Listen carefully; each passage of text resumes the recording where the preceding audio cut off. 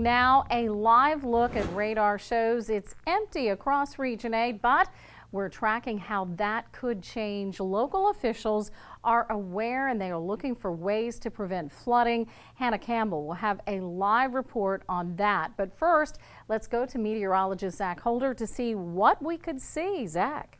It's very similar to what we saw a week ago when we had the threat for severe weather, but heavy rain in the morning kept that threat from materializing. Now we just can't assume tomorrow's going to go the same way. It could easily go the other direction and we could have severe weather over parts of Region 8. So here's kind of the risk levels. Notice the greatest risk in Tennessee, Mississippi, and Alabama, but some of that does bleed over into Arkansas even after the heavy rain we're expecting in the morning. Right now though, the weather's fantastic. We've got a lot of sunshine. It's breezy. Temperatures close to 80. Notice 77 in Searcy, 75 in Batesville and Newport, 60s for southern Missouri, and winds out of the south-southwest. Breezy, but not enough where it's a little annoying when you step outside. The rest of the evening is going to be nice. Clouds increase after midnight, and here comes the rain. Notice it's going to start to arrive around 3 to 4 a.m. Probably some thunder, maybe some small hail, and by 8 a.m., some data showing us clearing out a little bit, but maybe not completely. And then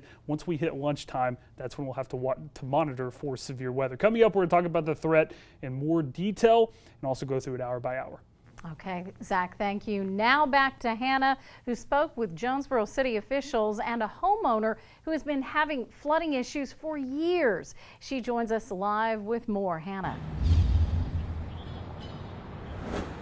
Diana, Jonesboro Director of Communications Bill Campbell tells me that the city is doing everything within its means to reduce flooding. Today, the city installed a cross drain on Straw Floor Drive in Jonesboro. This will create more exits for rainfall. Campbell says the city's ditches are cleaned and ready to go. He says the biggest issue is clogged drain ditches in neighborhoods, something homeowner Angela Williams knows a little too well. Last week, her neighborhood in Hilltop was flooded, and she has to make preparations herself. We have been battling flooding in this area for about 6 years. The cleanup process between storms is long and tedious. So we've got some areas where the water does like to drain that are actually covered in debris right now that we've got to get cleaned up this afternoon before the rain tomorrow. Williams says the main issue is the city will not upgrade the Hilltop area drainage system. She says the neighborhood has reached out to the mayor and city council members several times. Campbell says there's only so much the city can do. The delta is flat and a large area of Jonesboro homes are in flood-prone areas. Campbell says the best solution is to have flood insurance and to do your part to keep ditches clear. Reporting live in Jonesboro, Hannah Campbell for Region 8 News. Hannah, thank you. Region 8 News starts right now. We start tonight with team coverage preparing you for the potential of severe weather in the forecast. Hannah Campbell has concerns from one neighborhood of flooding, but we start with meteorologist Zach Holder with what we could see. Zach.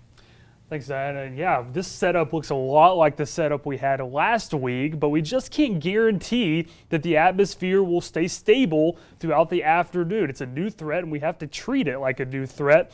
But again, Mississippi, Alabama, and parts of Tennessee under the gun for the worst of the severe weather, but we could still see a few storms, and those storms would be capable of all types of severe weather. This evening, though, we're going to stay nice. 74 right now at Harrisburg, 75 at Ash Flat, 65 in West Plains, and 68 in Mountain Home. Over the next few hours, temperatures stay in the 60s. We don't hit the 50s until closer to midnight, but clouds do start to increase, and that's when the rain moves in as we head towards tomorrow morning. Probably a very wet start, some loud thunder possible, and maybe some small hail, but widespread severe weather not expected. By 9 a.m., notice that first round has moved out, but we still have rain lingering. The question is, how heavy is it? How widespread is it?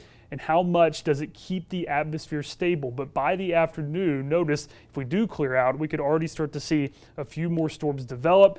and we would have to watch those for a wind and hail threat, but also tornado threat as well. Coming up, we'll talk more about this event in depth and also time out the rest of the week as we head into the weekend. All right, thank you, Zach.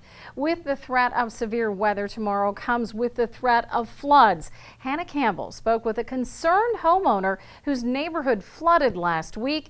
She says the city is not doing enough to help them. Hannah. Diana, that homeowner told me that she has been dealing with flooding for over 6 years. Today, she's cleaning up from the last storm to prepare for tomorrow. Homeowner Angela Williams lives in Hilltop and is still cleaning debris from her yard that flowed in last week. She says the main issue is the city will not upgrade the Hilltop area drainage system. She says the neighborhood has reached out to the mayor and city council members several times. This last flooding incident that we had, 3 properties were completely submerged in water, with the water almost entering the homes. Outbuildings had water in them. We've had damage to driveways, trees that need to be cut because roots are now exposed. Jonesboro Director of Communications Bill Campbell says the city is doing everything within its budget to reduce flooding. He says it's simply not within the city's means to fix every area. But today they installed a cross drain system at Straw Floor Drive and are continuing to clean ditches. Campbell says the delta is flat and a large area of Jonesboro homes are in flood prone areas. He says the best solution is to have flood insurance and do your part to keep ditches clear. Reporting live in Jonesboro, Hannah Campbell for Region 8 News.